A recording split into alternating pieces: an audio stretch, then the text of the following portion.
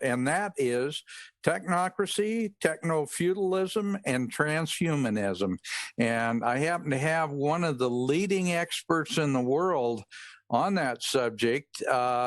Pat, welcome to the program. It's great to see you, my friend.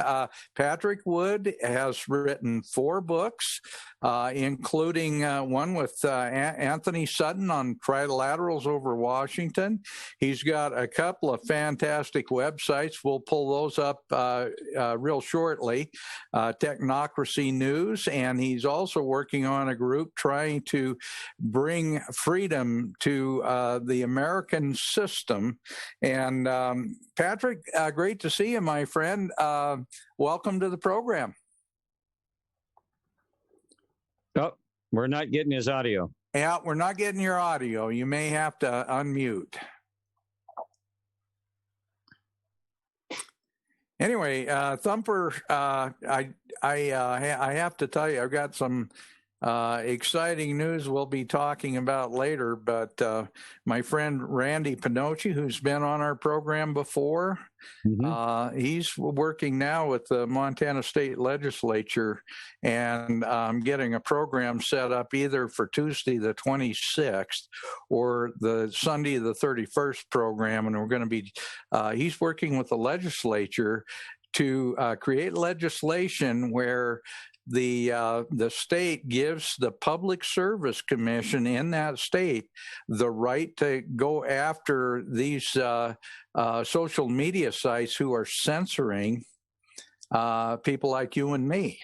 And it's going to be a fantastic show because he's working around the country with other public service commissioners and other legislatures, and they've actually got an article in the Denver Compost that's coming out on that. I believe it just came out today. So people around the country are damn sick of this demonizing and destroying anyone who isn't a communist. And so anyway, Patrick, I see you're on. Are we all set? And talk about a guy who isn't a communist. You're it. I think my audio is on now. You're doing great. Yeah. Oh, I'm not a communist. Well, it's good to see you, have you back here, Patrick. It's been a while since we actually, I've had a chance to say hi to you. So, Yes, great.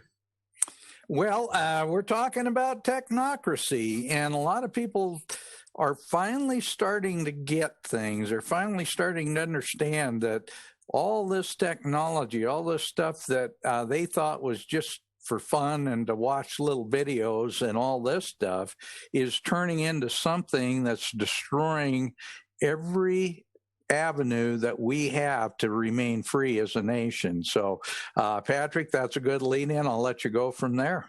Well, I want to make this pretty much a conversation, if we can, as we go along and just chat through really current events to kind of connect the dots to some of the things I've said in the past. And I will say that a lot of people are changing their mind right now. Let's say they're waking up, they're changing their mind from the old stereotypes that they had to try and understand what's really going on today.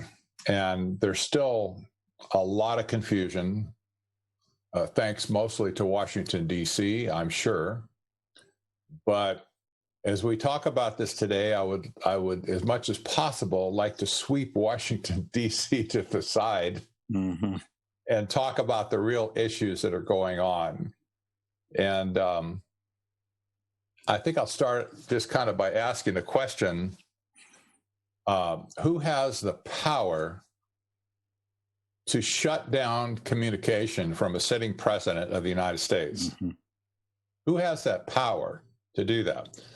Who has the power to shut down and murder a functioning social media company with 20 million users and millions of dollars in investment, to where it was with us one day and the next day it was simply gone from the internet, disappeared as if it never existed? Of course, I'm talking about Parler.com, which was murdered by Amazon, Apple, and Google, colluding together. Who has that kind of power? Next, I would ask, who has the power to shut down the global economic system, which has been shut down effectively all last year, and it's getting worse, not better. If you thought the blows were bad last year, they're just getting started because the lockdowns are more severe today than they were last year when everything looked like, oh, we're all going to die in 3 months. Well, we didn't, but the lockdowns are getting worse and worse. And Great Britain now, oh my gosh, it's like 1984 on steroids right now. People are just absolutely oppressed. Freedom and liberty have been stripped from them. They're hunkered down in their homes. Cops are breaking into homes to bust up gatherings that they say, oh, that's not according to the rules. The government issued an edict, or the Health Commission in Great Britain says, got to wear face masks now to have sex. Are you kidding? I hadn't seen that. Wow. This is, you thought it was bad last year. I want to know who's going to monitor that. Well, you see, the police are already working on that over there. They've got, they're working on the theory now that if anybody is breaking the rules within the home, for instance, somebody sneaks in the back door, and they come in, they're looking for people and they're encouraging neighbors to snitch. And that's what's happening. And when they find, when somebody snitches on a neighbor, they don't need proof. The cops just say, we better check it out. Knock, knock, knock. They go out. Let us in your house. We're coming in, whether you like it or not. No search warrant, nothing. They come in, and if they see fit, they'll put people in handcuffs or zip ties, I guess, and cart them off to jail.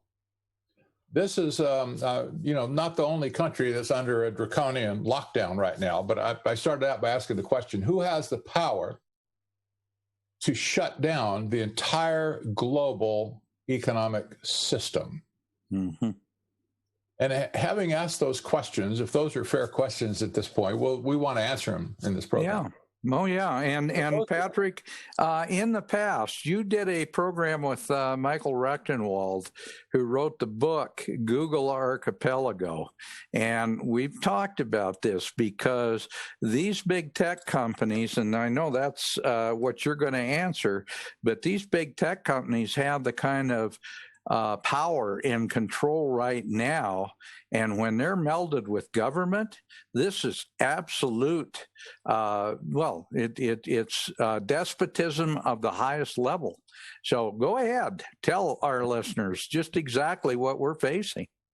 Well, I want to preface now, as we come in to talk about COVID, face masks, social distancing, all those kinds of things, that the people who brought us the great panic of 2020 were the same people who brought us climate alarmism of the last at least 10 years.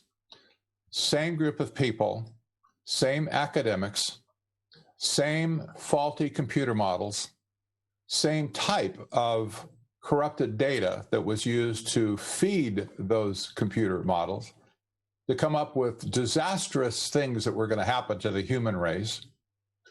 And this climate alarmism crowd, which could not get traction, they ran out of opportunities to get traction with climate alarmism.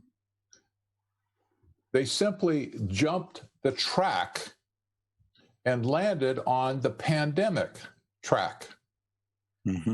Same things happening with this whole pandemic meme right now that happened with climate alarmism. And as you know, and you're probably your listeners know, because I know you've touched on this several times, the science behind global warming has been completely demolished years ago. That never mattered to the climate alarmists, that their science was destroyed, so to speak, found out to be faulty. But in the same manner, the science behind COVID and all the great panic stuff that's going on, that science now has also been shredded by experts around the world. That doesn't bother this crowd any more than the 30,000 scientists that signed a giant petition against global warming some years ago.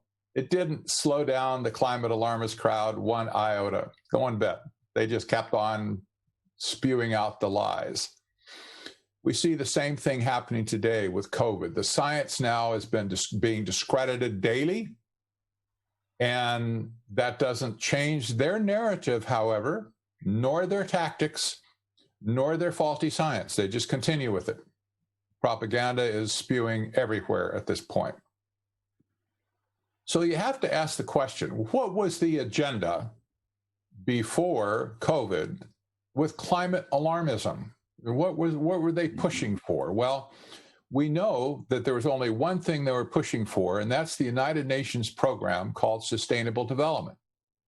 This was the only alternative economic outcome that was ever presented with climate alarmism and all the things surrounding it. There was never a plan B, right?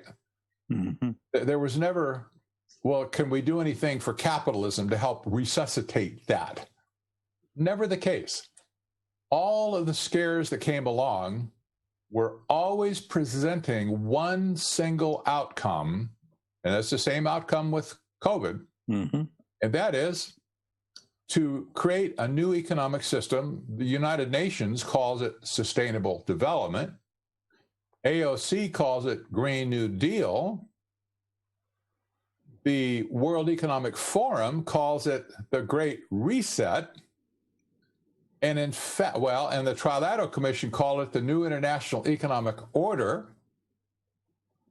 And in fact, it is really technocracy that was created in the 1930s by a group of megalomaniac scientists and engineers working at Columbia University.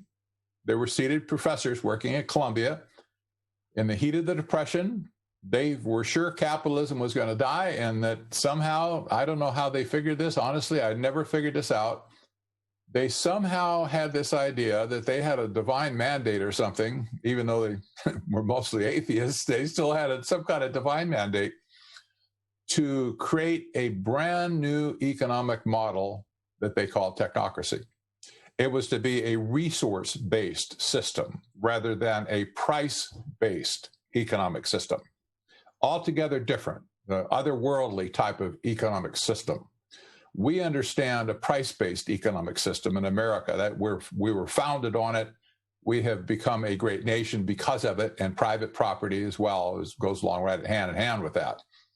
But going back to the United Nations, regardless of what this thing is called, we'll call it, for their sake, Sustainable Development.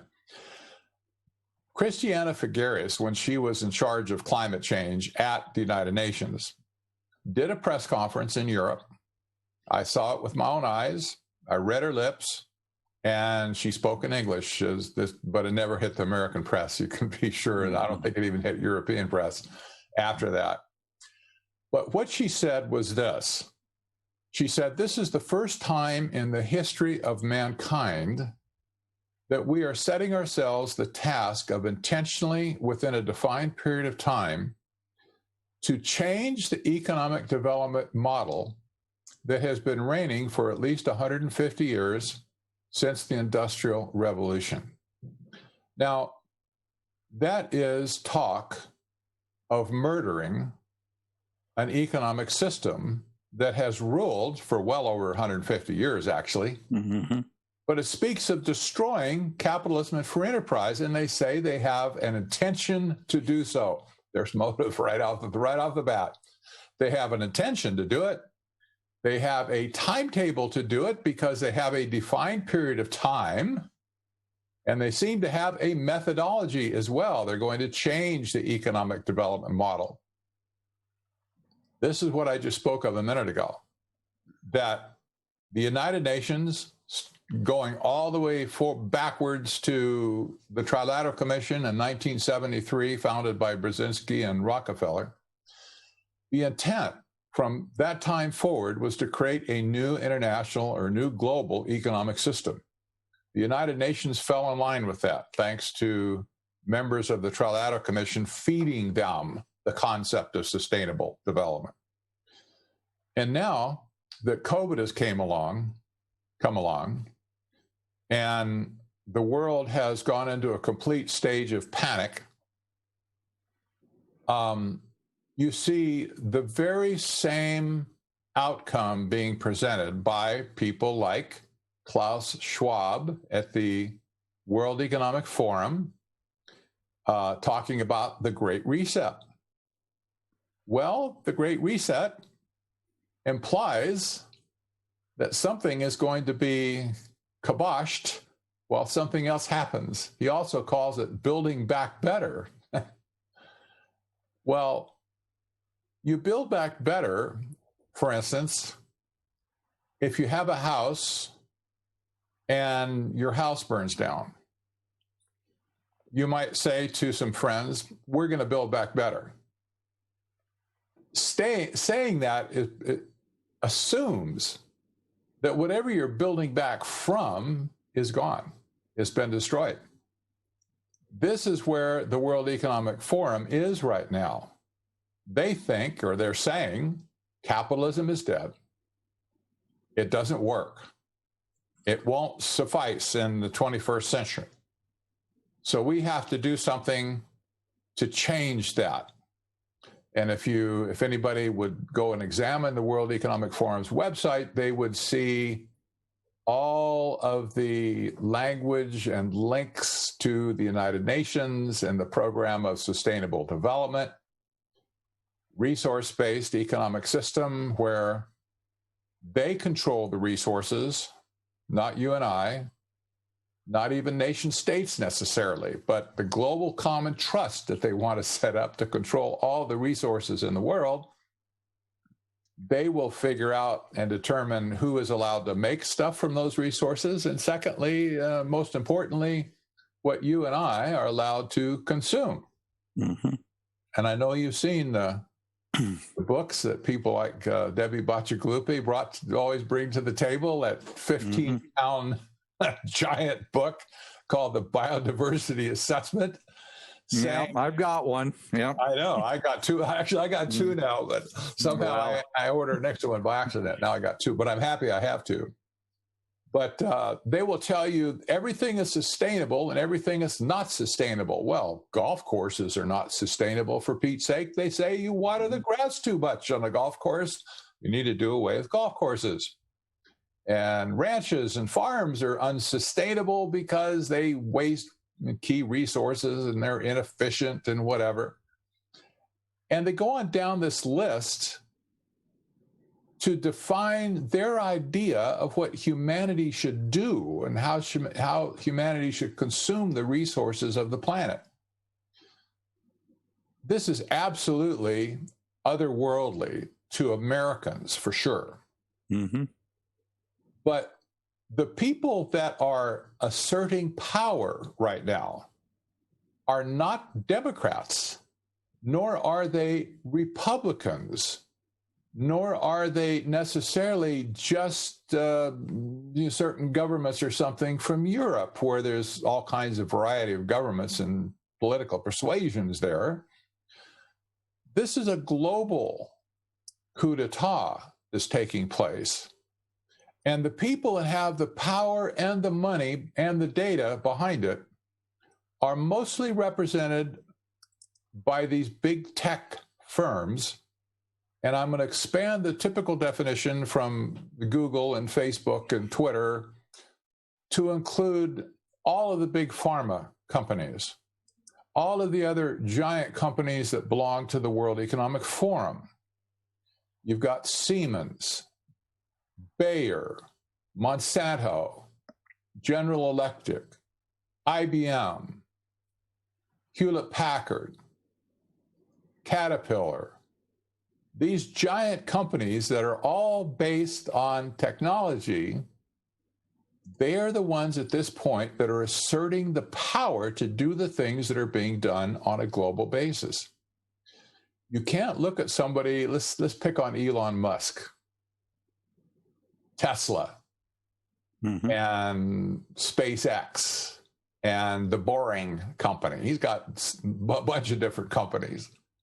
And no doubt he's a genius. I'm sure he's engineering-wise way up in the stratosphere.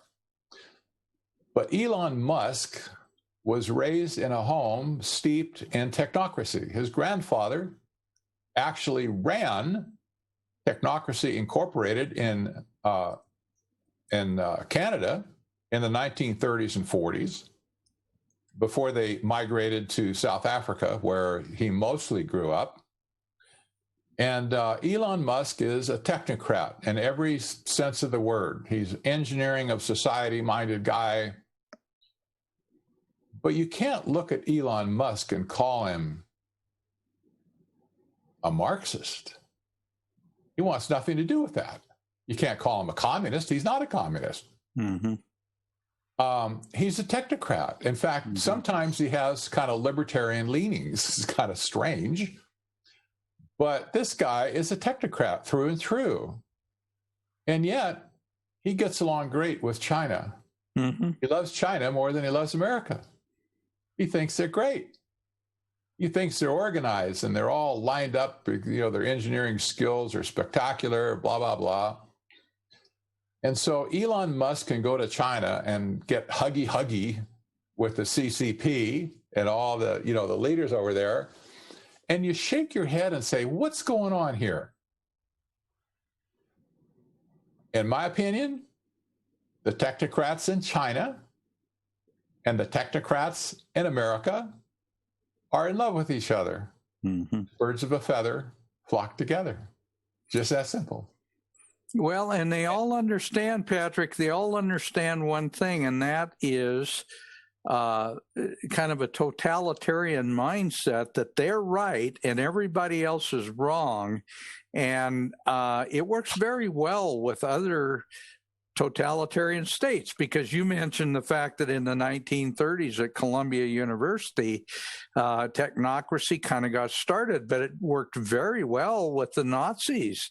The Nazis used technocracy when they were putting people in concentration camps. So, yeah, your point is well taken. You're exactly right. They don't, the technocrats of the world have not been deterred by any type of political influence that existed in society at the time, whether it be in Nazi Germany or whether it be in our constitutional republic.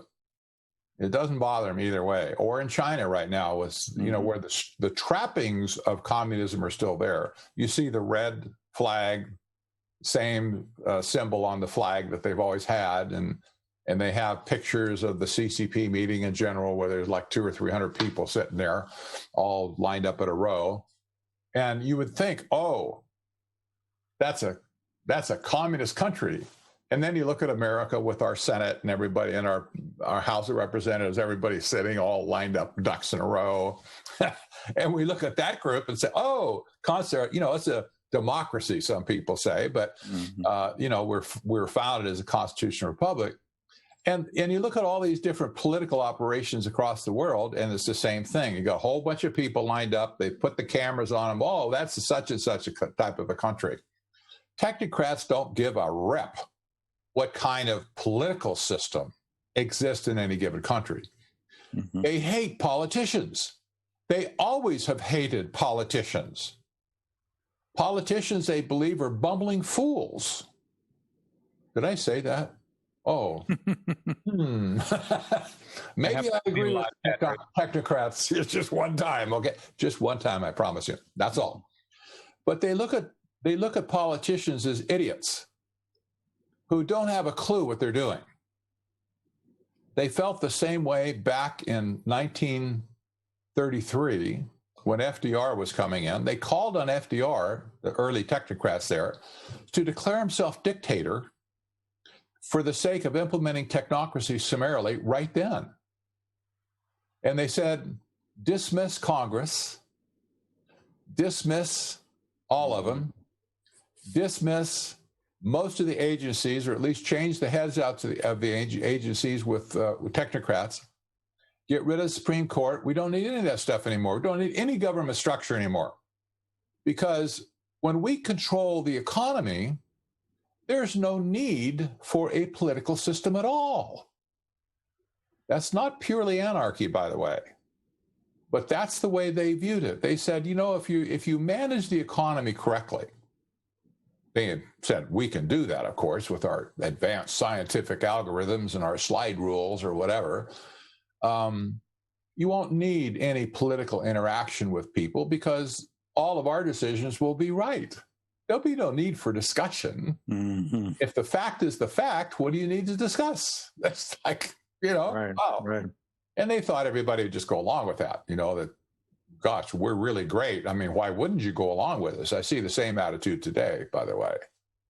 So these people cook this up, that politicians were just useful idiots for them. That's all they are. Mm-hmm. The politicians in America, and this is just an interesting dynamic, I'll digress just a second. The Republicans have done famously well by allowing the technocrats to manipulate them, because there's this kind of this flavor of fascism here, where, you know, there's a bonding of the government and business and stuff. That's a futile idea in my mind, but it's interesting that the Democrats have more antipathy for big tech than the Republicans do. And you have to think about this for a minute. This is my opinion now. I've thought about it for quite a while, but the Democrats understand that there is a competition between these technocrats and big government. That technocrats don't like big government. They would just as soon dismantle it. And as far as the left is concerned, dismantling big government means they're out of a job real fast. Mm-hmm. Mm-hmm. And so you see more antipathy right now between, you know, the left of the aisle fighting back against these technocrats than you do Republicans. But to the technocrat mind, it doesn't matter if you're Democrat, liberal, leftist, Marxist, or the most conservative Republican, libertarian, whatever. They don't care. They will operate within any political system that exists. And over the decades, they have had their way, and everybody else has suffered as a result of it, one way or another. Well, Patrick, let me ask you a question. And why are they so intent on shutting down conservative voices like ours? Because we've had a lot of censorship. Yeah. And also, why are they attacking Trump so bad? Because he's for smaller government. He's for limited government, and yet they're lining up with these commie bastards that make up most of the Democrat Party. Yes, you're absolutely right.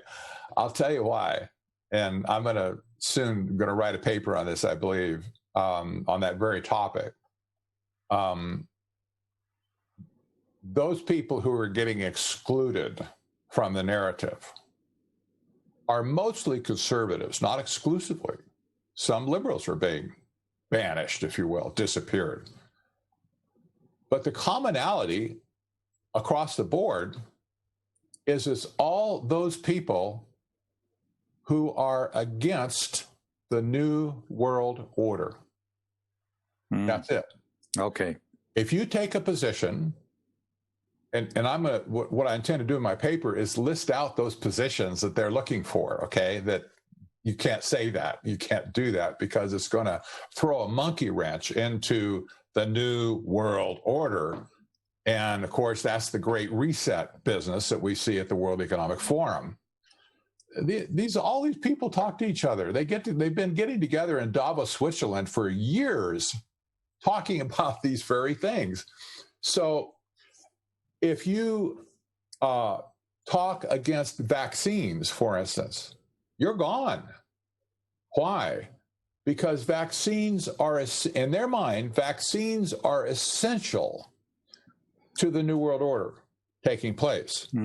crazy as it sounds, that they are really steeped in this. You listen to Klaus Schwab, you'll understand what I'm saying, the head of the World Economic Forum. What about, talking about climate change in a bad way? You're gone.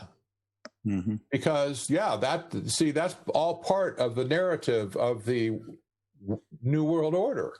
They want to drive everybody into sustainable development and flip the economic system out of capitalism and free enterprise into this new system to be controlled by them using technology.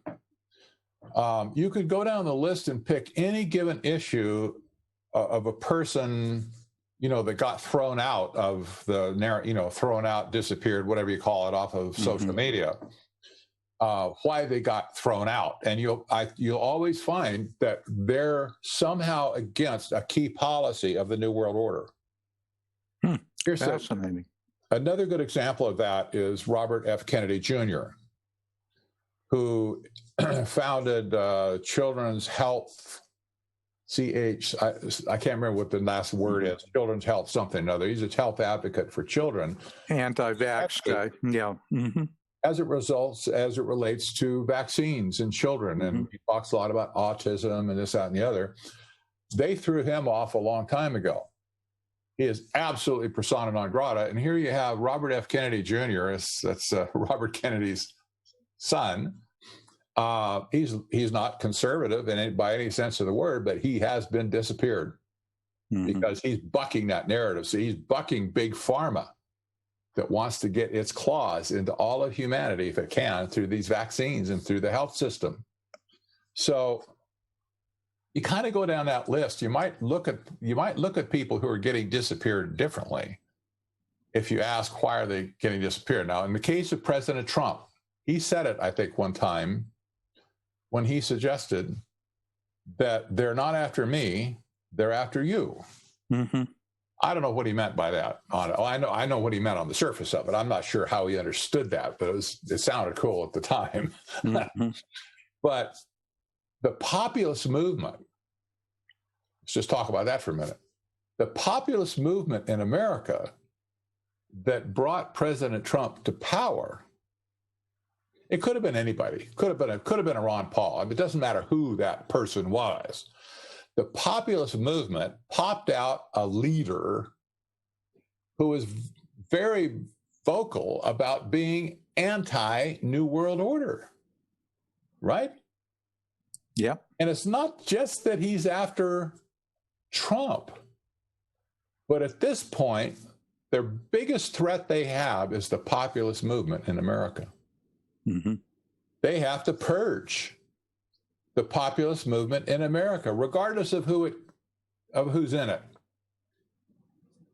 And they've started with us first, individuals. They've thrown countless individuals out of the social media platforms in the last 4 or 5 years. Twitter just did a purge of some 70,000 accounts that were kind of in that populist channel. And President Trump, by censoring him and demonizing him, has by and large discredited and disheartened the populist movement in America. Just that simple. Look what happened in Great Britain. Great Britain brought originally Theresa May to power and Brexit as a populist movement. Enemy, crosshairs, immediately. Mm-hmm. Mm-hmm. Look what's happened to them since then.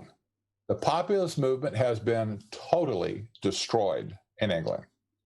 Even though they had this whatever look-alike thing of what they call Brexit now, the current Prime Minister, Boris Johnson, has taken a swan dive off the 10-meter board into sustainable development, everything green, total lockdown, total submission of the people. He's broken their will. There is no populist resistance now left in Great Britain. And they're trying to do the same thing to us. It's the same MO they use there. They're using the same thing here. It shouldn't be a surprise. Americans don't bend quite that easily as the Brits did, I'm afraid. Well, I hope, yeah.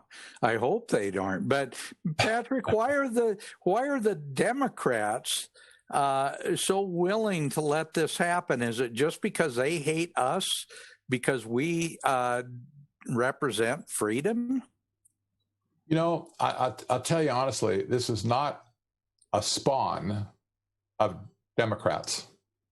It's not a spawn of Republicans either. And you know the finger pointing that goes on, right? Oh, yeah. Republicans are absolutely certain that the Democrats have just scored a coup d'etat. And the Democrats are certain that Trump and his deplorables have scored a coup d'etat. It's like they both can't be right, either or. Which one is it? I say neither. The only coup d'etat that's been scored around here is big tech. They're the ones that have scored the whole lockdown issue, the whole shut down the world issue, the whole wear face diaper issue, the whole destroy the First Amendment issue. It's big tech that's done this. It's not Nancy Pelosi didn't call up Jack What's-his face over Twitter and say, you need to get rid of the president of the United States, Buster, or else. She didn't make that phone call.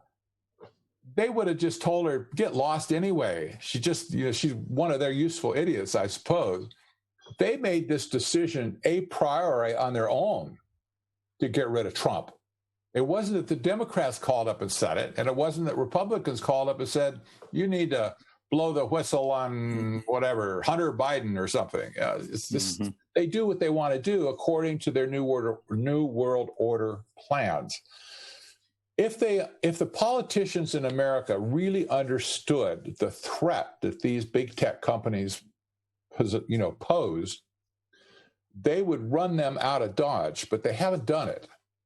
And how many times have big tech leaders been called into Congress to testify and they tongue lash them, they browbeat them, they threatened them with antitrust legislation. Right. It means nothing to them. Yeah. They insult them. And I'm just thinking in my mind of some of the stuff that Ted Cruz has said to these people. I mean, it just sends your ears almost, And they walk out of the Capitol building and they go, oh, God. It's like, well, that's over. Let's get back to work. And they do nothing. And then 6 months later, they've done something even worse that calls for another round of summit, get back into Congress here. We want to hear what you just did. And this goes around and around and around, and they have never changed their behavior. But Congress has never changed its behavior either. They could have done something a long time ago to put the brakes on it. But because they've been in bed with these people on multiple levels, they haven't done that because it would expose too much underbelly for them politically. So the technocrats get away with murder almost, maybe literally in some cases. Yeah, literally, probably. Yeah. Well, I think of Jeffrey Epstein, poor guy hung himself with a bed sheet. I don't know how you do that. I never saw the physics of that, actually. But, here's Jeffrey Epstein, by the way, who was a member of the Trilateral Commission. Most people didn't know that. Every person ever inducted into the Trilateral Commission from 1973 on was purposely tapped, like when you join a fraternity in a university, that you don't go and say, I want to be a whatever. They come, they watch you, and if they want you, they come out, tap you on the shoulder, and say, "Come with us. We want to talk to you about joining our fraternity." That's the only way you get in to the Trilateral Commission. Sure, it's like Skull and Bones.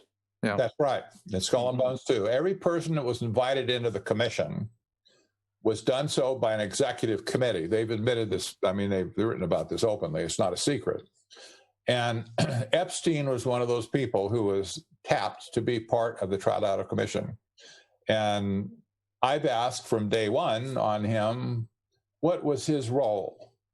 Why was he chosen to be a member of the Trilateral Commission? What function could he possibly serve to further their interest in the new international economic order, the New World Order, as George Bush called it? Oh, George Bush was a member of the Trilateral Commission as well. Mm-hmm. So, the whole, one day, if the technocrats of the world get total traction and they come to a point of victory, let's say, the politicians are going to be the first group of people that they throw under the bus. They will be thrown under the bus just like any other revolution in history has swept up the useful idiots that got them to victory and killed them, or, otherwise disabled them and marginalized them out of society. This is going to happen to these people. Mm-hmm. They don't have a clue. And all the other little penny ante groups around, like Antifa and Black Lives Matter, they all have this ego thing. We're important. We're big time in America now, or wherever they might be. They're in England too. But we are really powerful people. They don't really understand either that they are destined to be under the wheels of the same bus that the politicians are going to get thrown under. Mm-hmm. It's going to be pretty messy. If we don't stop this, it's going to be really messy, because for us, those who are constitutionalists at least, it means our constitution will be completely gone, and rule will be by these technocrat companies. Mm-hmm. And we will have no government representation whatsoever. There'll be no way to go and complain. Well, this is unfair. Somebody injured me here, and I need to have justice, and this, that, and the other. These people could care less about justice. They could care less about business, about ethics, and morality is out the door. Here, let me give you a word picture. Everybody's seen an article about Amazon, Jeff Bezos, the second richest man in the world. Why is he was the richest man in the world, by the way. Who's the richest man in the world now? I'm sorry, Elon Musk just passed him up to about 2 weeks ago. So Elon Musk is now the richest man in the world. But Jeff Bezos is right up there. Jeff Bezos runs in his Amazon warehouses around the world, basically a sweatshop. Those people are micromanaged. They're micromanaged.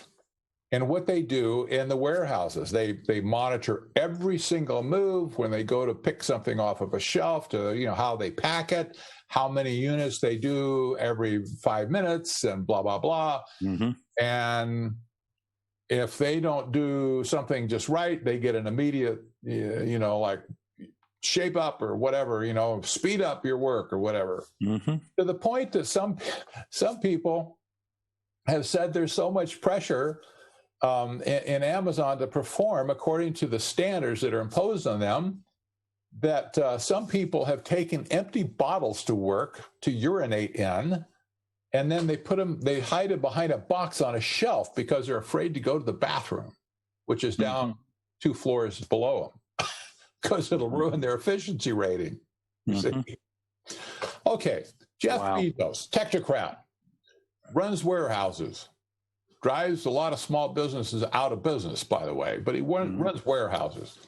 How would you like him to be the chief executive officer of America and run America the same way he runs his Amazon warehouse? How would you like that? Would you all like to live under the thumb of Jeff Bezos? Mm-hmm. Not much, yeah. I don't think so. Mm-hmm. The people that work there hate it, but they got to have a paycheck. I can't blame them for that. I'm glad they have a job. If they get money, however they get money, people need to have a job. They need to have money. They need to live. So I'm not dissing the workers. But if you think living in a world where Jeff Bezos calls the shots, you think that's cool. That's crazy talk. How about Elon Musk? How'd you like to live under the thumb of Elon Musk, who runs Tesla, among other things, who wants to go to Mars and colonize Mars, and he wants to implement his own political system there. Technocracy. Mm-hmm. He come right out and said it. He's going to have his own political system on Mars. Yeah. Okay. We'll just run it like a Tesla factory. Yeah, I mean it's scary, Patrick. And you mentioned how they want to set up government. Our friend Michael Shaw talks about it quite a bit. It's called councils of government. They're unelected. They'll put some bureaucrat in charge of literally all the decision making, and they will be at the behest of someone at the very top of these big corporations. It's technocracy. Yes. May I share a screen? I have a Sure. slide here that might be interesting to show at this point. I think I can share here. It looks like I can. Should be able to. I'm just going to do a quick little share of a screen that There we go. came straight out of the Technocracy study course from 1930s. Now, this has been colorized, by the way. It originally was just black and white. Somebody took it and put colors on it to make it more understandable. This was the administration chart that Technocracy Incorporated wanted to impose on the North American technate. They called it a technate.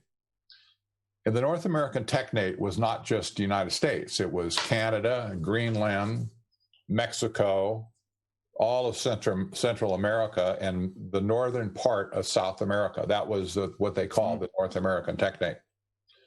And this was how they're going to do it. They simply wanted to appoint a continental director. They wanted to have a continental board. And underneath that, they wanted to have agencies that were run, the armed forces, continental research, social relations, foreign relations. And you could look down left and right, industrial functions on the left, service functions on the right, area boards, which is like regionalization, which you just mentioned. And doesn't this look just like an organization chart of any modern corporation? Mm-hmm. Yes, it does. Absolutely. I mean, you could probably find 500 corporations that if you put them side by side, maybe 10 feet away where you couldn't read the print, you say, oh, they all look the same. It's just the same kind of thing. This is how they wanted to run the North American technate. This is how they want now to run the world. Same way. And, again, just picture a Jeff Bezos or an Elon Musk sitting in as continental director, head of the factory of mankind, head of the social engineering project of humanity. And they're going to run it with their continental board, all unelected, all unaccountable, untouchable. And they're going to tell the world how to slice the bread, so to speak. Absolutely insane, in my opinion. I agree. And it's eerily kind of like Ayn Rand was talking about when she wrote Atlas Shrugged, how these groups work together to literally control everything we do. That's right. That's right. Wow. Well, Patrick, I've got a question for you, because you talked about how the COVID-19 face diaper deal, trying to scare the BGs out of everybody so they can get them to take the vaccine. Okay. All right. Now we learn that the vaccine is going to have nanochips. It's going to have hydrogel. It's going to have AI. It's going to have RNA and DNA modifiers. And we find out that it's going to have things in it that have never appeared in any vaccine before. Now, I know that we're going to have a terrific discussion about transhumanism, but let's talk about how all this kind of works together, how this all plays out, and how funny how this works. You know, it's just all accidental, right? None of this is planned. It just happens. Yeah. Yeah, I know. You know, it's really funny. Back in the 70s, all of these people represented now by the World Economic Forum, they called us conspiracy theorists for reporting on their very own writings. That's all we did was analyze what they wrote. And they called us conspiracy theorists when we just quoted them. And it's ironic now that these very same people who were convinced that we were conspiracy theorists back then, and well, they weren't convinced of it, but they used that to get rid of us. Right. Now they're the ones that are openly coming out saying the same thing we said back then, and the shoe's on the other foot. Yeah. Now it's clear they were the ones that had the conspiracy, not us. Well, there's a lot of good to be said about that, because for the first time in our lifetime, we're starting to see average Americans start to connect the dots. They're starting to realize, you know, they called us nutcases, tinfoil hat nutcases, for saying what we said, because, and again, you're right, it was based on all of their own writings. It's on all of their own information, but nobody wanted to hear it. All of a sudden, the cat's out of the bag, and I think that's why they're moving at lightning speed right now to try to drive the stake through the heart of the populist movement. Yes. It's important for them to get rid of the populist movement as a whole. Whatever it takes to do that, I think they're going to, I say they're going to do it. I predicted in my first book, Technocracy, Rising, the Trojan Horse of Global Transformation, that there would be a day in the technocrat mind. This is an engineering mind. And by the way, all engineers and scientists are not technocrats. Let's make that straight. I'm not anti-scientist and engineer at all.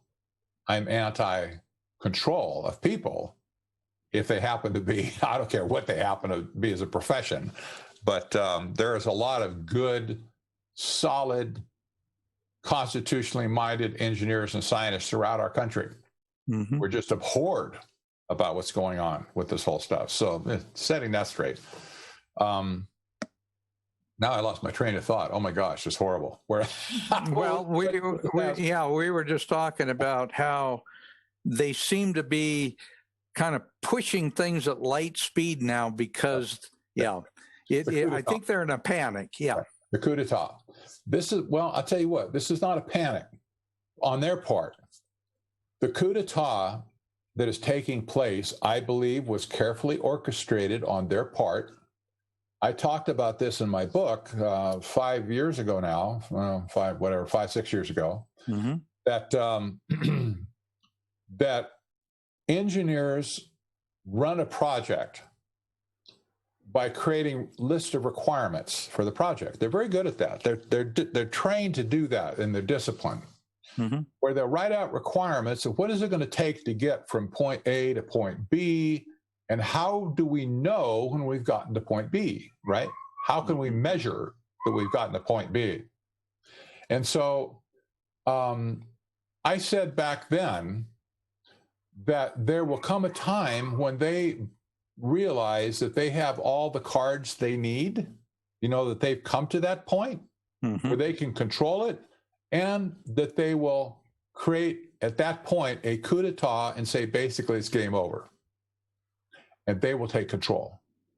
This is exactly what we saw happen with the beginning of the Great Panic of 2020, when everybody got all freaked out about this Chinese virus, and it's been downhill since then. But that was the beginning of the coup de grace. This has been a very purposeful, planned, architected takeover. It's not random. And it hasn't been just unintended consequences. We could we could take several, looks at that from different angles, I suppose. But even the virus itself and how the virus was handled initially, Well, you remember there was that event 201 that took place a year before the pandemic broke out that said exactly how they're going to handle it, and they handled it exactly that way when it happened. So we say, well, was that just coincidence, or was it engineered? Was it purposely, or choreographed? Maybe is a good word to use. Well, they did. It was choreographed. They've been planning this forever. I used to tell people, and it still happens today, and surprises me sometimes. You drive down a street that you drive down 1,000 times before, and all of a sudden you look off to the left and there's a building there. And you go, where'd that building come from? I never saw that. I drive this road all the time. Where'd that building come from? Somebody, whatever, they got to the point where the building started to erect and boom, it just went up. But what has to be considered, how long was that building in the planning stage before it ever got concrete or even groundwork? You got permits, you got architects, you got, engineers involved. It could be, a complex project today in real estate, like say a skyscraper in New York City or something where it's really tough. You'd probably be in a 10 to 12 year cycle to get a major building built. But when it gets to the point of putting the steel beams together and putting the concrete slabs, walls, whatever, all together, man, that baby, the cranes come up and boom, that sucker goes up, and seems like just next week, all of a sudden there's a building there and you notice it. Whoa, where'd that building come from, you say? Well, this is the nature of complex projects, right? And what we are all shocked. America is all shocked. How could this happen in such a short period of time? May I just suggest that this project has been in the engineering stage and the planning stage for perhaps as much as 40 years? Yeah. And they finally have pulled the plug on game over. And boom, up goes the superstructure. Up goes the control, the system of control. Up goes the system of surveillance, where you now have no-fly list. You have vaccine passports. You have, events won't let you come in unless you have your vaccine passport now. And it just goes on and on. The big box stores have clamped down all over America. Again, re-clamped down. You can't come in here without a face diaper on. Well, if you can pull out your passport and say, sure, you're welcome here. You've had the vaccine. Well, what kind of pressure? That's almost extortion. It's like, no kidding. Yeah. We shouldn't be surprised if we think about it as a project that's been around for a long time. This is not just yesterday's coup d'etat. This is something that's been planned, and they knew when they would get to the point where they'd had all the chips. They didn't have to ask anybody else anymore. They just went out and did it. Well, and Patrick, you mentioned this earlier, but they really started this 90 years ago at Columbia University. So this plan has been materializing over a very, very long period of time, just like the plan to destroy our U.S. Constitution has been over that same time frame. Yes, it has. And when you think back to the 20s and 30s, there were all kinds of ideologies floating around back then. Communism was big in America. There was a large group of people who were infatuated with communism. My dad was one of them. There you go. Yeah. And there was the progressives, there was the hardcore communists, then there was the socialist crowd, more passive, and then there was the League of Nations type people who just kind of wanted to everybody be happy and get along and stop all wars, that sort of thing. And there's all kinds of philosophies. Technocracy was one of them, the more hardcore, I think, than others. And the communists back in that day hated the technocrats. The technocrats hated the communists, and they still do. That's a bold statement I'm making. The reason they hated the communists was that the communists refused to repudiate a price-based economic system. They stuck with the currency idea. The technocrats wanted an energy-based script to be imposed to control the economic system. Rather than money, energy. They wanted to have energy script in the form of universal basic income, simply to parcel out to everybody in society a certain amount of energy script to buy goods and services based on the amount of energy that went in to produce them. AKA carbon credits. Oh, you said it. That's exactly right. Yeah. That's exactly right. Well, the communists never repented. And so that's why I found all kinds of articles in like major newspapers where they were taking shots at each other, you know, like in the newspaper. Oh, these idiots over there at Technocracy, they say this, that, and the other. And then they turn around, there'd be another article the next week, and Technocracy people would blast the communists as being backwards and idiots and, you know, whatever. And this antipathy, I can see this antipathy even today, because communism, Marxism, etc., represents a form of control that is different than what the engineers and scientists want to do. They want to run everything from a scientific model, if you will. And they believe they're the only ones that are qualified to do it. They don't really care for despots, like political despots, and they don't care for anybody standing up and saying, I'm taking over the system here. It will not fly. And so you see in China right now, this is a thoroughly engineered society. The political apparatus is taking a back seat to the engineers that are driving the engineered portion of that society. That's just, you know, you can just see it happening around the world. Well, and Google was a big part of that, Patrick, with their social credit system. Yes, they were. Absolutely, they were. And now Google graduated Eric Schmidt, who was formerly CEO of Google. He became then the chairman of Alphabet, the parent company of Google. He's since retired from them, and now he's been embraced by our government, especially the Pentagon, as being a chief purveyor of information management technology. Wow. Crazy, isn't it? It is. It is. Uh-oh, hang on. Patrick, we may have to interrupt for a few minutes. I think Vice President Pence is going to be doing a talk at Fort Drum, and I'm not sure what that's all about. But if we do pick that up, we'll cut in, but we'll cut right back. Yeah, hey, let's do it. I need to take about a 5-minute break here anyway, so if you need to take a look at that, it would be good. If that's okay with you? Yeah, if it's there. Pam, is it on?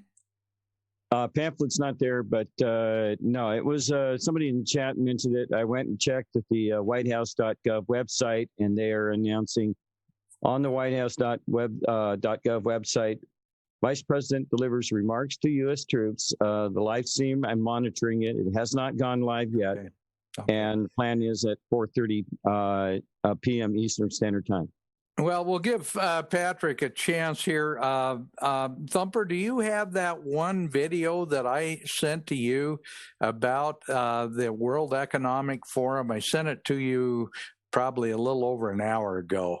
If you want to click on that, that gives us about I think it's around a 15-minute deal, and that'll give Patrick a chance to take care of his phone call. I do have those links standing by here. Okay. All right. Well, it's the one link. It's World Economic Forum, and it's an actual audio that they taped of, and it's in their words, it's their tape talking about how they're going to use COVID and some of the things that are going on as a way to do the Great Reset.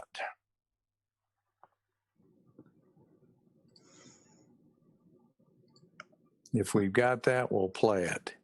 Anyway, what Patrick is, and you can cut in to me anytime, but what Patrick was talking about, this technocracy thing is absolutely amazing, because if you go back and read Patrick's books, and I think we've got links to all 4 of them, but Patrick's books on technocracy do an absolutely marvelous job of building the framework and defining the framework of how this has been going on for 90 years in the United States alone. So fascinating read. And yes, social credit system in communist China and the technocracy that we've got in our own country, they can play together, they can do everything together, and it's fascinating. But there is a lot of it that works together. Yeah, that's it right there. Go ahead and click on that, and we'll give Patrick a break here. All right, here we go. 19 crisis has shown us that our old systems are not fit anymore for the 21st century. In short, we need a great reset. Welcome to World vs. Virus, a podcast from the World Economic Forum that aims to make sense of the COVID-19 outbreak. This week, as we rebuild the global economy, how can we make it better than the old one? This episode is all about the Great Reset. The best memorial we can build for those who lost their lives to the pandemic is that greener, smarter, fairer world. The CEOs of Microsoft, BP and MasterCard added their support for the Great Reset as it was launched this week by the World Economic Forum's founder, Klaus Schwab, and Prince Charles. As we move from risk... Hey, Dan. Yes, sir. Okay. Looks like we have something going on live here from whitehouse.gov. I'm not sure what it is, but let's peek in on it here. Okay.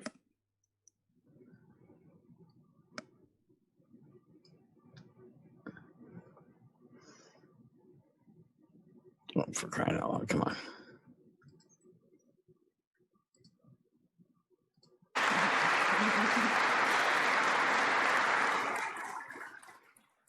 So we are a Blue Star family, just like your families. And we are so proud of Henry and Michael and their spouses, but we are also so proud of each and every one of you. And we're so grateful for your service and your sacrifice. You know, we're learning a lot more now that our kids are in the military, what a huge sacrifice it is. It's a huge sacrifice for our service members, but it's also a huge sacrifice for your spouses and your children. We know that they serve too. And so we want you to thank your spouses and your children, your parents, your siblings, from us. Let them know that we are thankful for their sacrifice. So from one Blue Star family to another, thank you. I've had the privilege over the last 4 years to choose what initiative I wanted to champion. And I chose military spouses because we know that they serve too. And so as you leave today, please make sure, now this isn't the end, okay? But as you leave today, please be sure that you take one of the blue boxes that has a bracelet for your spouse. And it has the seal with my signature and a star and a flag, so that they will know when they wear it how grateful I am and how grateful we are for their service. But there's somebody else who's been fighting to stand for our military and our military families for the last 4 years. And each one of you are near and dear to his heart. And this is where he wanted to be for his final speech as Vice President of the United States. So I give you Vice President Mike Pence.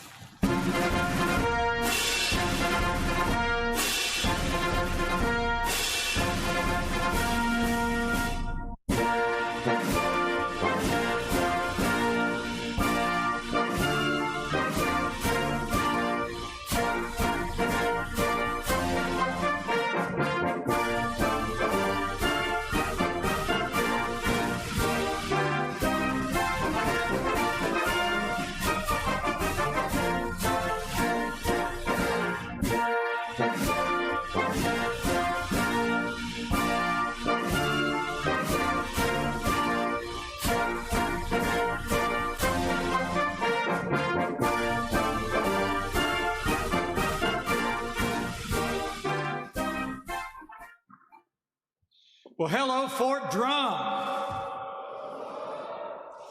Congresswoman Elise Stefanik, General Brett Funk, all the members of the Armed Forces of the United States who are gathered here, U.S. Army strong.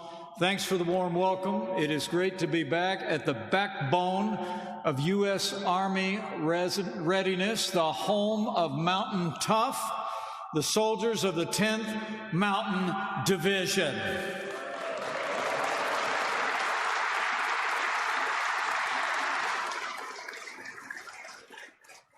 You know, for more than 100 years, the North Country has been the training ground for America's soldiers. Today, the men and women of the 10th Mountain Division train here, deploy here, and climb to glory. So give yourselves a round of applause. America is proud of the 10th Mountain.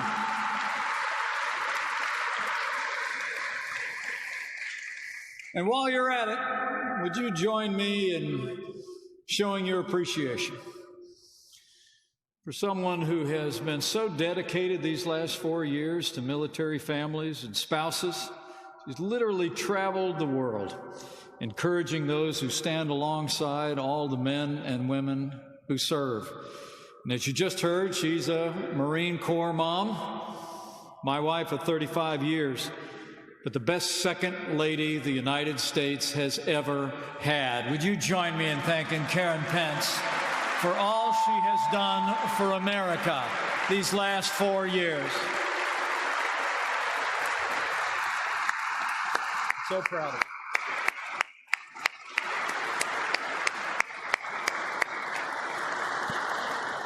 Isn't she great? You know, I'm here to deliver a very simple message to each and every one of you on behalf of your Commander-in-Chief and every American. Thank you for your service. And to the 1st Brigade Combat Team, welcome home.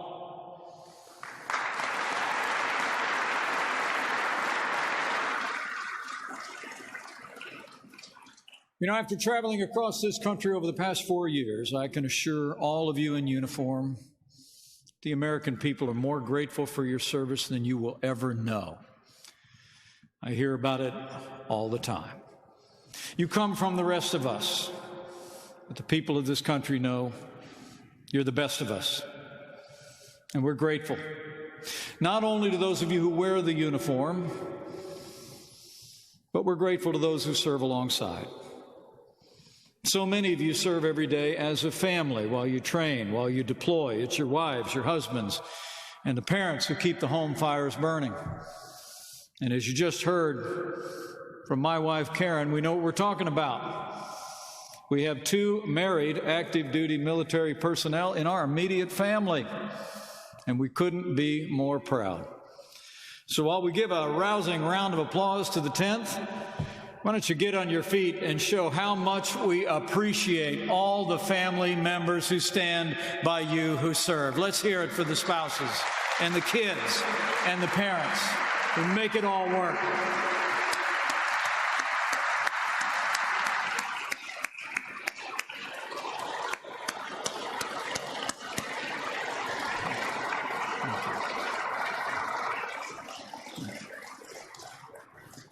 You know, as I look out at all of you gathered here, it really is remarkable to think of the countless American heroes who stood where we're all standing today. Warriors who've come here, trained here, and deployed from here to virtually every corner of the world. Since 9/11, the 10th Mountain has been the most deployed division of the U.S. Army, with thousands deployed every day. The 10th Mountain Brigades have served a combined 46 deployments to Iraq and Afghanistan. The first conventional units to deploy to Afghanistan after 9/11 came from right here at Fort Drum. The 2nd Brigade Combat Team and the 10th Sustainment Brigade are deployed in Afghanistan even as we speak. And if they're looking on from afar, we say thank you for your service. We are proud of you all.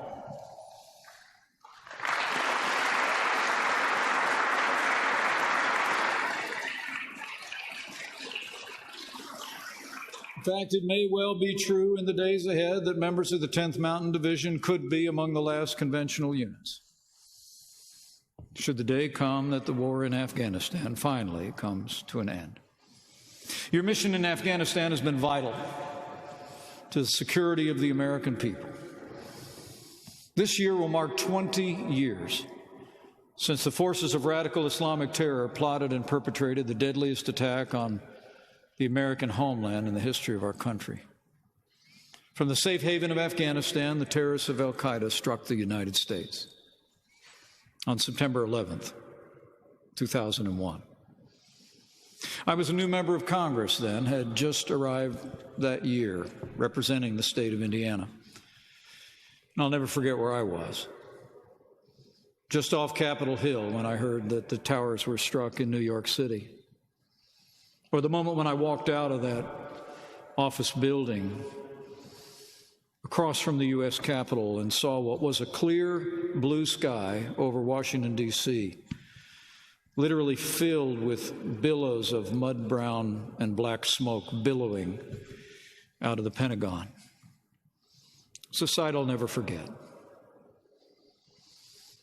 Later that day, I was able to slip back across the Potomac River to go to the little house Karen and I had rented with our children as my service began in Washington, D.C.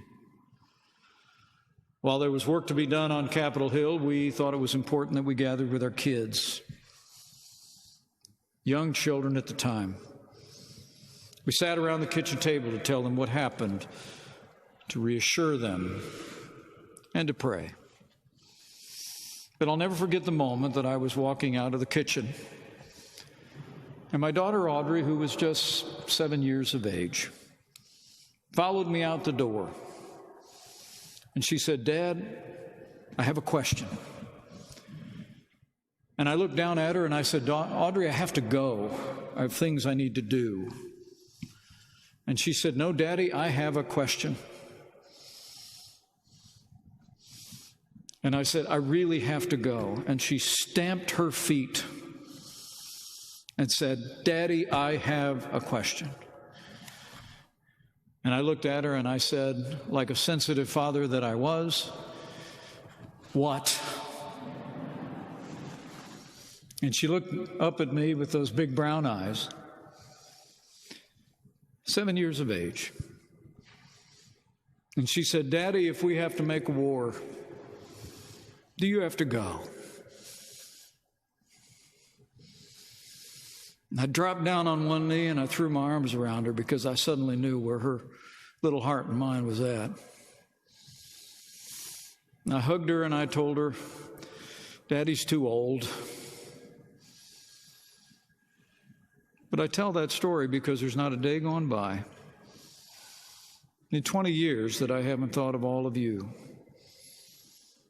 who answered that question differently, to your families, to your loved ones. A generation of heroes, you all are, who stepped forward and took the fight to our enemies on their soil.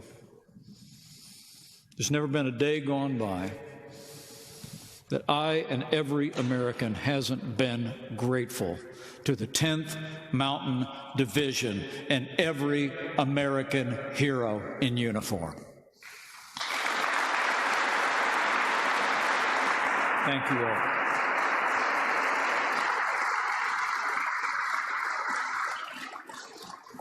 From this very fort, selfless patriots like those of you gathered here today who stepped forward after that day have been at the heart of the war on terror. And it's because of you. It's because of you that we reach the 19th anniversary of that terrible day. Just last year, having had no major terrorist attack on American soil since. You took the fight to the enemy in the field, and you've given the Afghan people the hope of freedom, a chance to determine their own destiny, to chart a better future. And today, Afghans are in peace negotiations. I'm proud to report with gratitude to the 10th Mountain Division, not a single American combat casualty has occurred in Afghanistan since February of last year.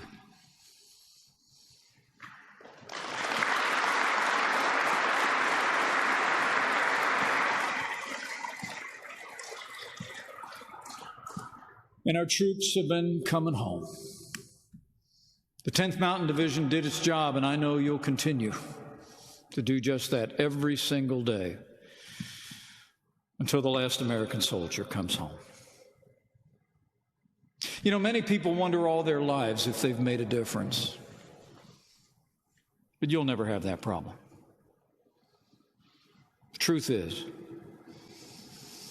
the armed forces of the United States are the greatest force for good in the history of the world.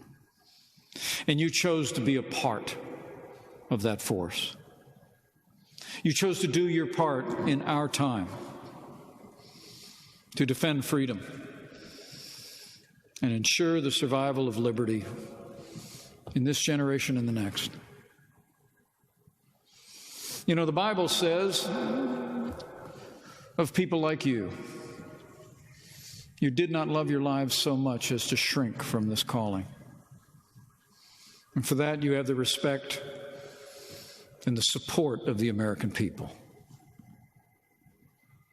As evidence, from the first day of our administration, we've worked with members of Congress in both parties to make the strongest fighting force in history stronger still. 4 years ago, we inherited a military that had been hollowed out by devastating budget cuts. Our troops hadn't seen a significant pay raise in nearly a decade, and there were reports that readiness was even being impacted with a lack of equipment and supplies. Our NATO allies weren't meeting the basic commitments they'd made to our common defense. And in the Middle East, Iran was resurgent, and the terrorist organization ISIS controlled a landmass larger than Pennsylvania. But under the leadership of President Donald Trump, we've rebuilt our military. We've restored the arsenal of democracy and enacted the largest increases in our national defense since the days of Ronald Reagan.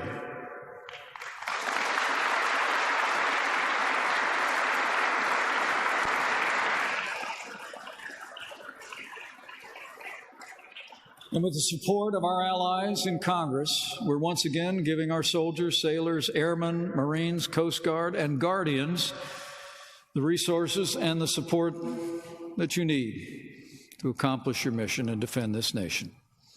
And we also provided the largest pay increase in the last 10 years, and you deserve every penny.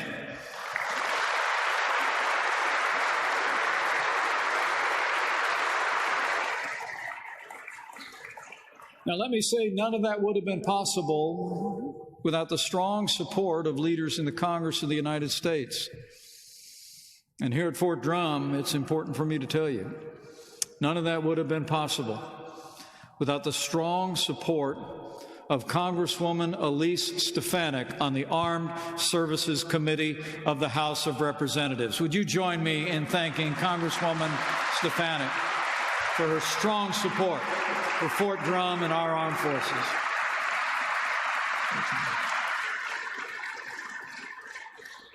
Our military is now better equipped, better supplied, better trained than ever before. We've upgraded our tanks, our artillery, our rocket systems. We've bolstered our fleet of attack helicopters and fighter planes. And with that strong commitment to our national defense and a willingness to use American power to advance American interests, our allies have stepped up as never before. Since 2016, our NATO allies have increased their contribution to our common defense by more than $130 billion.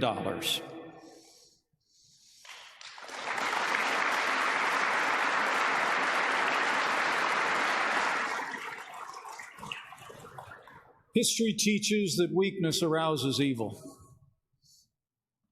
And our administration has always understood that if you want peace, you prepare for war. Peace requires two things: a strong national defense and a willingness to act to defend America's vital national interests. And I'm proud to report, with just a few days left in our administration is the first administration in decades that did not get America into a new war. That is peace through strength.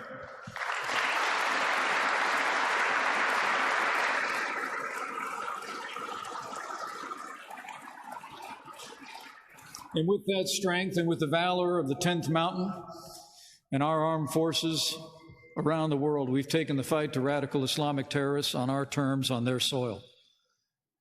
More than a year ago, our armed forces captured the last inch of territory controlled by ISIS, and the 10th Mountain was in the fight from early on. U.S. forces crushed the caliphate and took down their leader without one American casualty. And during these past 4 years, we've stood up to the leading state sponsor of terror as well. Withdrawing from the Iran nuclear deal, we've strengthened our alliances in the region and isolated Iran as never before. And when the most dangerous terrorist on the planet threatened to do harm to American forces, we acted, and Iran's top general, Qasem Soleimani, is gone.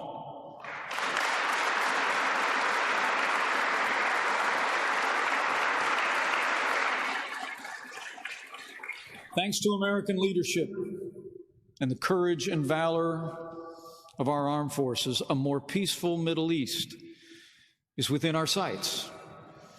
Peace negotiations have resumed this month in Doha, Qatar, between the Afghan government and the Taliban. And for the first time in 26 years, 4 Arab countries have recognized Israel's right to exist.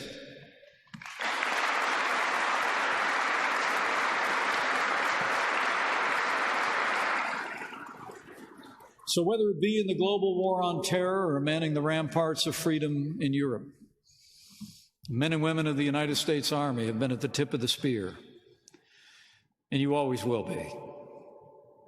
Your readiness, staying Army strong, is more important than ever before. The 10th Mountain Division in particular will be the vanguard in the years ahead to ensure that no nation will ever again become a safe haven for evil that could threaten our people or the wider world. We're all counting on you because we know we can. So on behalf of your Commander-in-Chief, let me offer you this admonition. In these challenging times across the wider world, be vigilant. Mind your mission. Respect the unified chain of command. Keep taking care of each other. And never doubt that every decision you make matters to the defense of our nation and our vital national interests abroad. Give America your best every day in the very best tradition of the 10th Mountain Division. And as you stand your post, I want you to know the American people are behind you 100%. You know, I'm always humbled to stand before men and women like all of you. Because while my dad was a combat veteran, U.S. Army,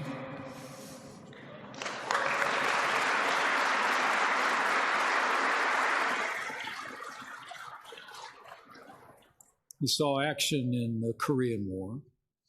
And while our son and our son-in-law are serving in the military today, my life didn't take me into the uniform of the United States.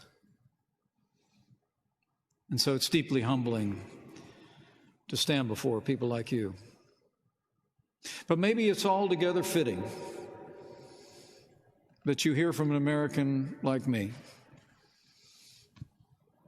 Not so much as your vice president, but just as a grateful citizen, to say the words that you should hear now and for the rest of your lives. Thank you for your service. To the men and women of the 10th Mountain Division here at Fort Drum, I assure you, you are the strength and the pride of the American people. America is the freest and strongest nation in the history of the world. And you secure that freedom. And you are that strength. You step forward in a calling where you decided to count our lives as more important than your own. For just like those in generations that have gone before, the day you stepped forward, you knew that the soldier does not bear the sword in vain. And so as I thank all of you here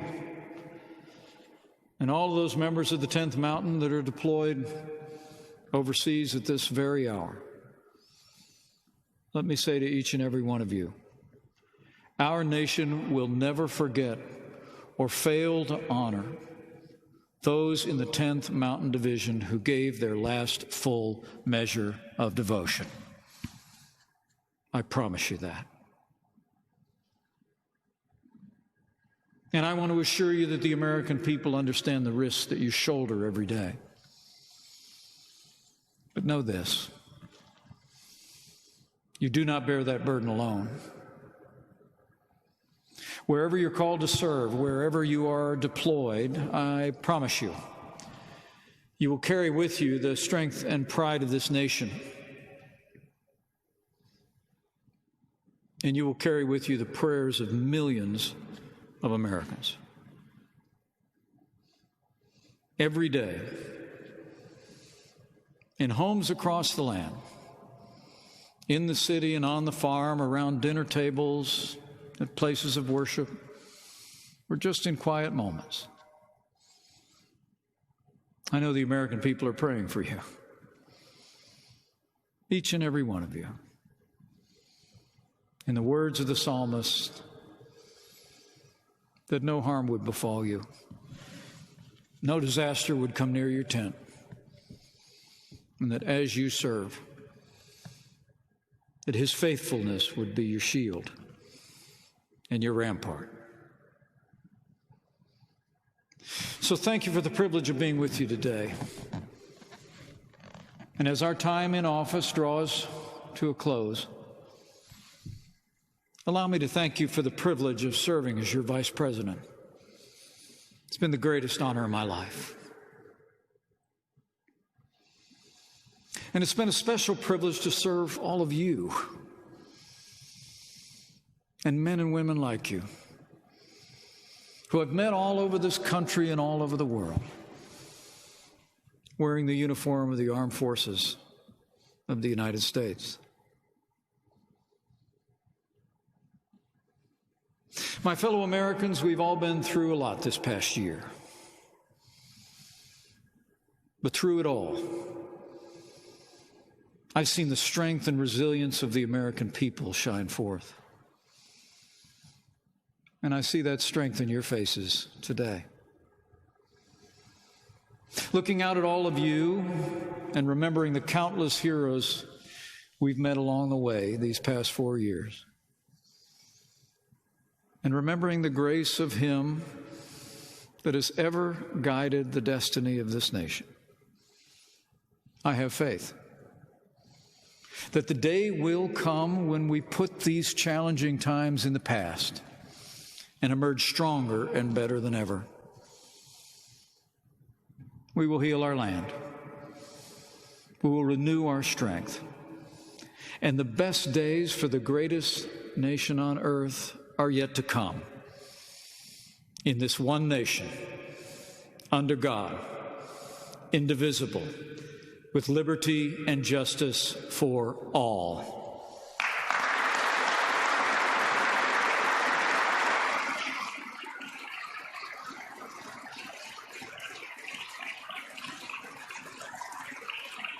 So God bless the men and women of the 10th Mountain here and deployed with his protection as you climb for glory.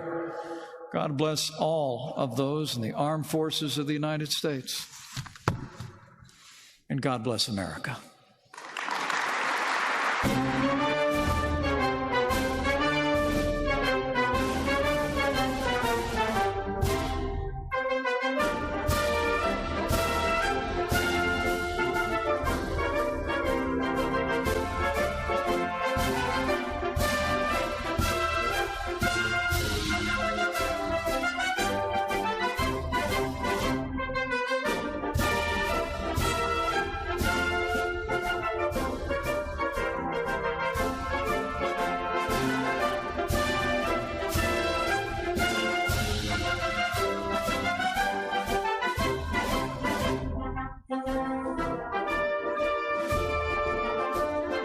Alrighty, Thumper, we'll get back with Patrick, and thank you for that. Incidentally, I don't know if you knew this or not, but the 10th Mountain Division was originally formed at Fort Harrison, Montana in World War II, and it was all the most difficult troops, the biggest knotheads that they could find from both the U.S. Army and also the Canadian Army.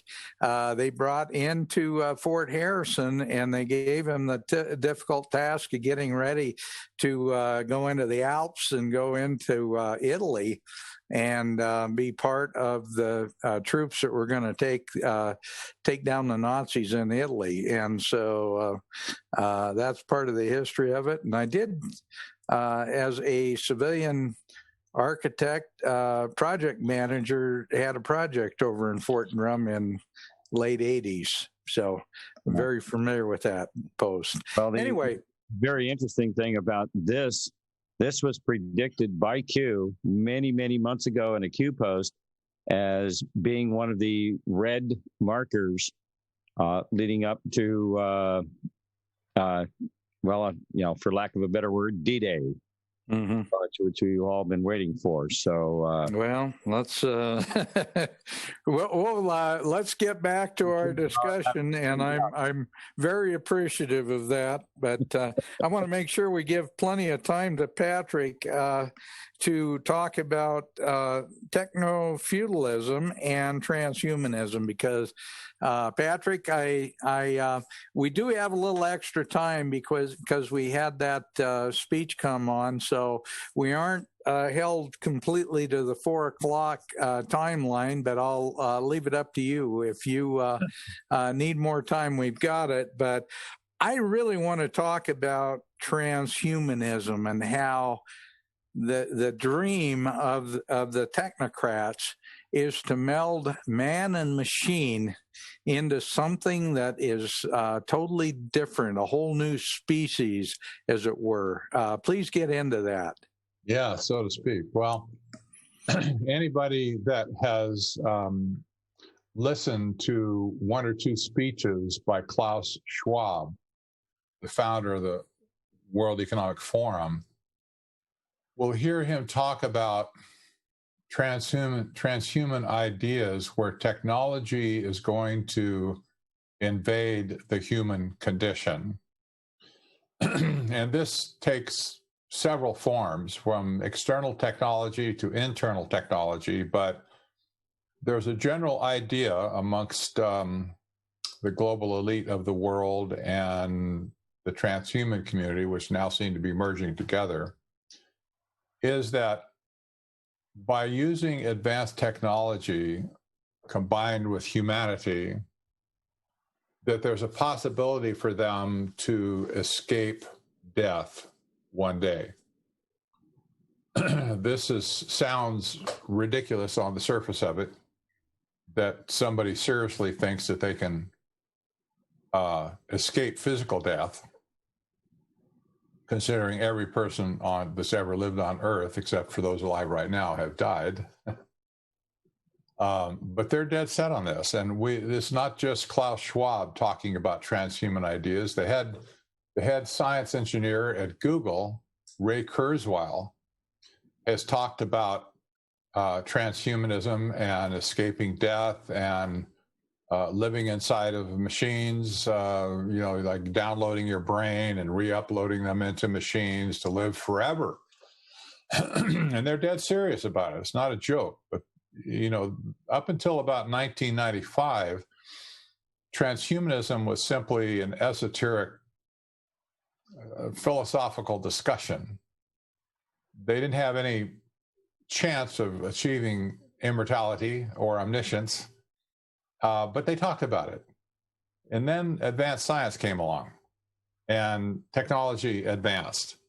Ray Kurzweil, for instance, got a hold of that and started predicting that by 2040, we're going to have what he calls the singularity, where the development of technology with AI simply takes off into a vertical curve and completely eclipses humanity as being, subsuming humanity into the technology at that point, where knowledge will virtually be, infinite, and people will be able to live forever. They're dead serious about this, and they're, this upper crust of people across the world are full of people who believe this philosophy, if you will. Patrick, you and I have worked together on the Red Pill Expo. Obviously, we're both very familiar with the movie The Matrix, the movies, because there's 4 of them. One of the things that you're talking about is what they talked about very explicitly in The Matrix.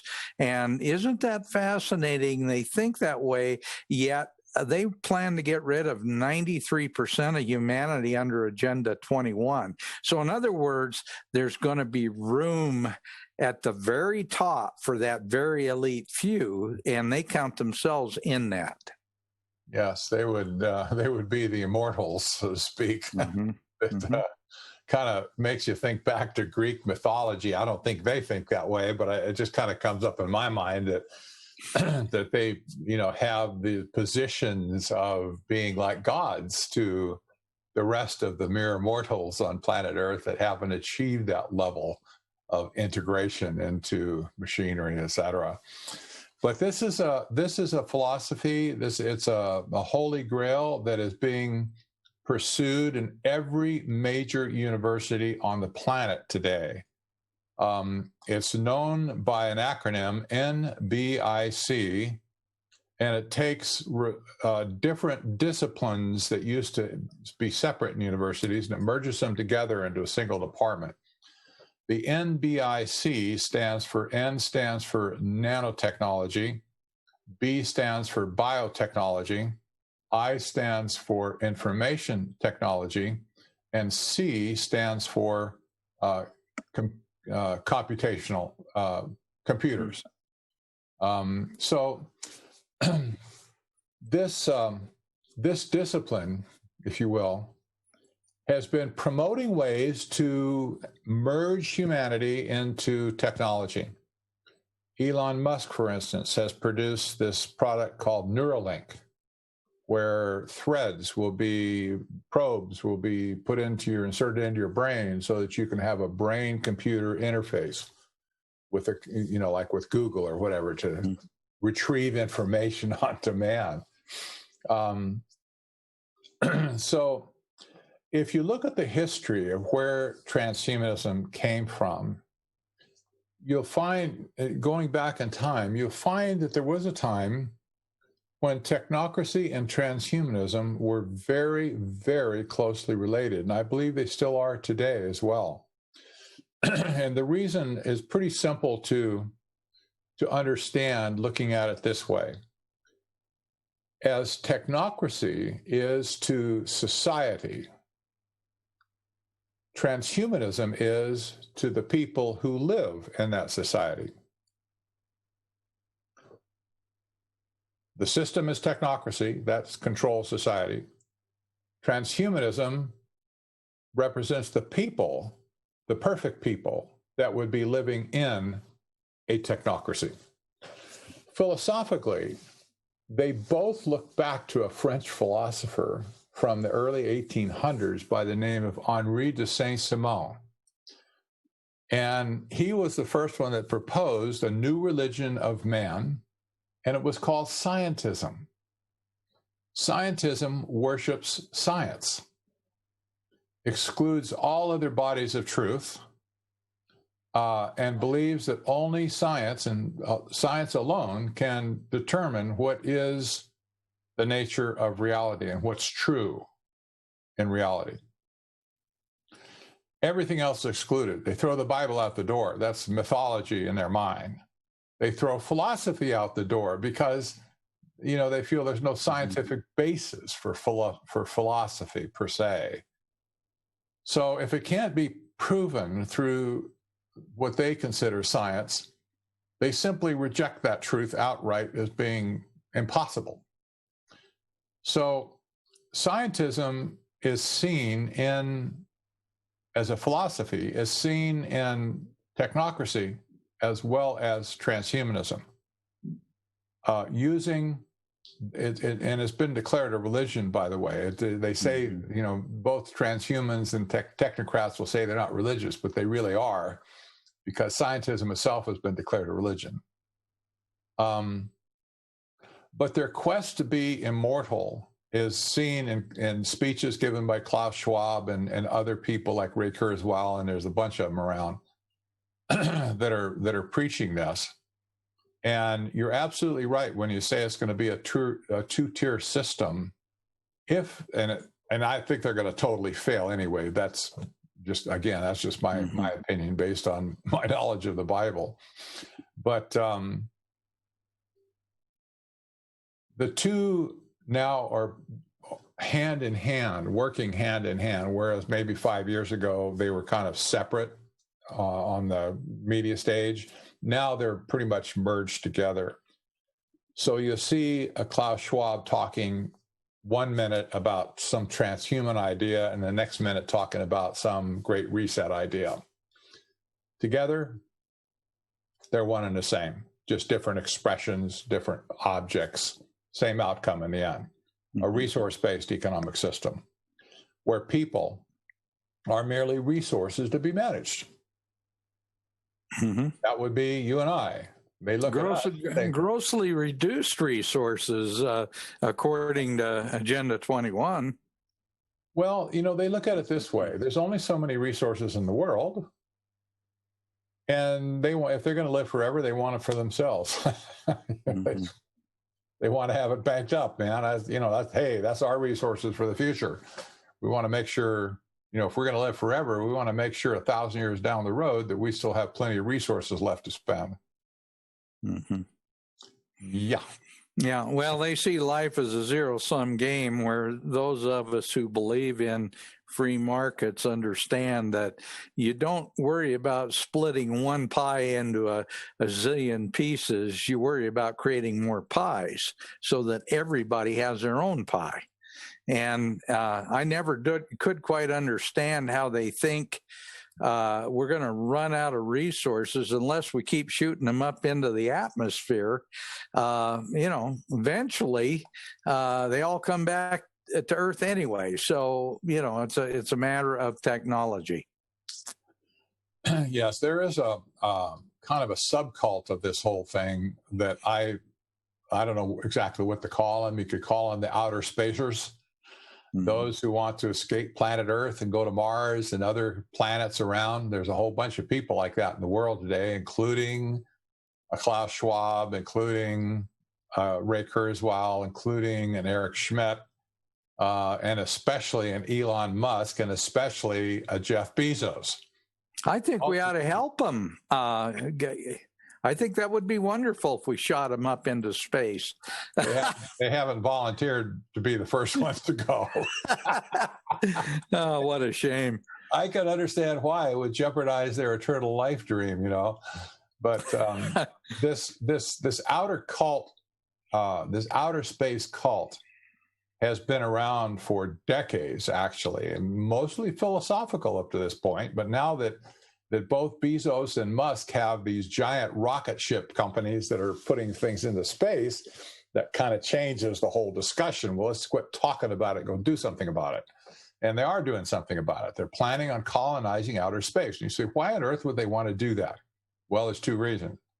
Number one, they believe that the Earth is running out of resources and that it will run out of resources and that we will all die someday. And we just need to get off the planet right now. Somebody suggested we need to leave planet Earth just simply as a giant Yellowstone Park, the whole planet, and have colonies in outer space, you know, circling the Earth or whatever, where people could come down in space shuttles to visit the park and where the plants and the animals and stuff are. But nobody would live on Earth. They'd all live up in these little, you know, these colonies in outer space. This is insanity, Dan. No kidding. No kidding. Well, and you talk about science, but, you know, the same people that say science is the end all, the be all, they promote guys like Al Gore, who wouldn't know science if it ran over his head. That's right. Yep. Ordinary people have a really hard time believing what we're talking about right now because it's just such a big concept. You know, how people say, how could anybody believe that? That sounds like Marvel Comics or something, you know, that it's just, you know, it can't possibly be true. So they just reject it. Mm-hmm. But these are the people that want to lead the world, Dan. Mm-hmm. And that's the scary part here. It's not just that their stated policies are already a concern, and they really are, but these people are so unplugged from reality, they could give a rip about planet Earth in general, and they want to escape to outer space. Mm-hmm. It's like, guys, we live here. You know, we're invested here. The human race has been here ever since there was a human race.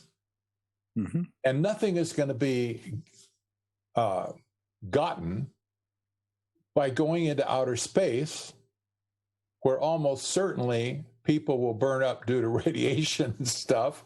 They still haven't figured out how to get a person to Mars successfully. Mm-hmm. You know, these people are certifiably nuts, in my opinion. Mm-hmm. Yeah, well, and the thing is, they try to demonize us and they try to label us as the crazy ones because we expose what they're trying to do. That's right. This is the New World Order. This is the New World Order that they want, and they will exclude anybody that says any different and that resists their plan. Mm-hmm. There was a movie, you'll appreciate this because you might have watched it. Alfred Hitchcock was a famous thriller director, and he had a TV series for a while. They had 30-minute programs, I believe, every week. I don't know how, maybe it didn't last that long, but in the old days, you know, the kids turned into this, and it was pretty cool. Mm-hmm. He had a skit where there was an insane asylum, and all the people in the insane asylum, really crazy, it panned them up and down. They're in padded cells, they're banging their heads on the wall, they're schizophrenics, they're pathological killers or whatever. They're really bad, mentally ill people. And these bad, mentally ill people hatch a plot to take over the asylum and change places with the staff. I've seen it. Yeah. So they execute their plan. They capture all the staff. They change clothes with them. So they're wearing the white suits with the pocket protectors. And the other people are in the straitjackets, and they throw them in the padded cells, and they just completely changed roles. And once that's set, they take on this very professional facade. Dr. So-and-so calling Dr. So-and-so. and then new people show up at the front door to bring in Uncle Charlie, who has kind of lost his marbles, and they want to commit Uncle Charlie to the asylum. And they say, "Oh, come right in. Yes, ma'am, we're your person for this. And here, sign here, and all the forms you got to fill out, whatever." And they bring Uncle Charlie in a straitjacket, and they take him to a back room, and they say, "Listen, let's tell you what's going on here." and they give him a white coat and a pocket protector. And Uncle Charlie becomes the director of admissions or something. And this goes on, and everybody's pulled this complete deception, and people on the outside think that's the staff. That's what they've always been. This is how I feel that's going on with these technocrats and these transhumanists. Mm-hmm. The inmates have taken over the asylum. Yeah. Boy, you're right on the money. I remember that program well. It was Alfred Hitchcock Hour. Yes. And it was, he did a number of those kind of parodies, but it stands out in my mind. I still remember it. Patrick, well, first of all, Thumper, can we put Patrick's various books up on screen for our viewers and our listeners? And then also I want to put his websites up there too. And then Patrick, if can you hang on for a little bit longer? We kind of got an interruption there. Yeah, I have a hard constraint at 4. Do you? Okay. Sorry to say, I do, and I booked it through that, and I can't go beyond it. I have a appointment to get. Okay, no problem. We didn't actually anticipate we were going to do the Fort Drum speech, but Thumper, if you wouldn't mind putting up Patrick's books, I've got them. I sent them with the announcement, and also the 2 websites. And Patrick has got, I think, one of the best looking websites in the world, and that's Technocracy News, technocracy.news. And boy, I'll tell you what, you cover just about everything there is to cover. For anybody who wants to read it, it's there. And this is an ongoing chronicle, if you will, of what is going on in the technocrat world. And I pick articles from all over the planet that have to do with technocracy, and I've never been skunked yet on any given day to find a bunch of really good material. So if people want to understand technocracy, that's where they go. If they want to do something about it, which I hope they do, they've got to go to citizensforfreespeech.org. Yeah. And that's my website that represents Citizens for Free Speech. It's a nonprofit organization that I founded in 2018. We're growing leaps and bounds now as a national organization, and our members we're getting them trained so that they can go back into their local communities to be involved with local activism. And you can yourself, I know you can comment on this, I'm sure, Dan, about the importance of local activism and why people need to get involved again and get off the couch and get back and get involved. The biggest thing, the biggest strategy that we have to save our nation at this point, it's not going to come from Washington, probably is not going to come from our governors who still have us under lockdown orders, but it's going to come from our local communities where citizens get involved again and reform and rejuvenate freedom and liberty right where they live. And that means talking to their city council people, talking to the boards, maybe getting on some boards themselves, maybe running for an office or something to get a seat at the table, and make a difference in your own community to drive this wokeness garbage out of your community and put a kibosh on all this technology that they're trying to use to subvert us. Mm-hmm. That's not as hard as it sounds. Binding resolutions of any city in America can stop any smart city program or any property assault program or any regionalization program. Could stop it cold if they would but get on the right thinking and do it. They could do it. And this is a power that has been untapped for decades now, and it needs to stop. In my opinion, we're up against it. If we lose the First Amendment, which we're just hanging by a thread, we have lost everything, Dan. If your show will be off the air, I will be off the air, and probably my website will be killed. We will not be able to communicate with each other anymore. Maybe by pamphlets or something, but we won't be able to communicate anymore, and their revolution will be complete.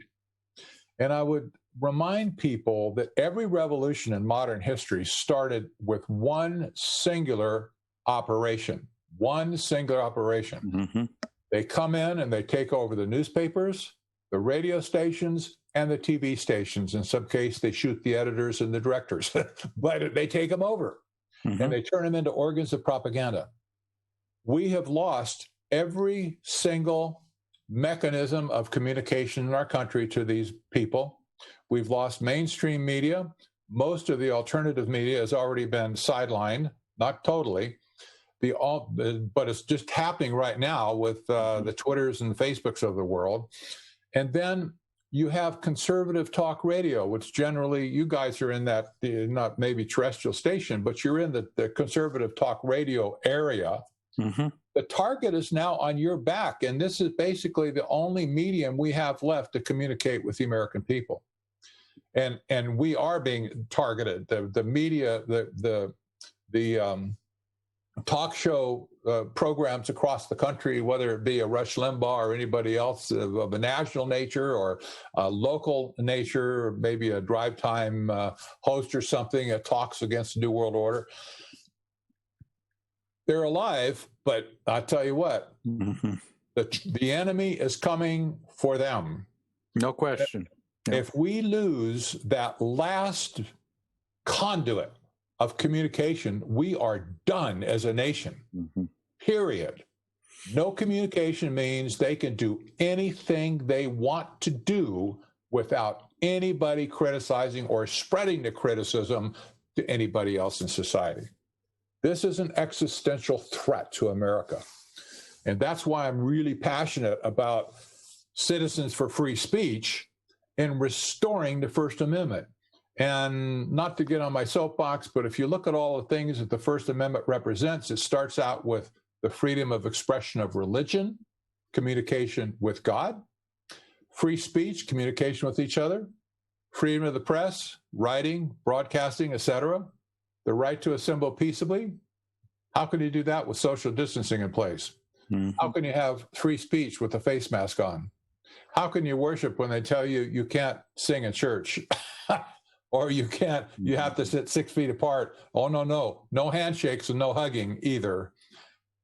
This is such an attack on the First Amendment, this whole COVID thing. It's not even funny.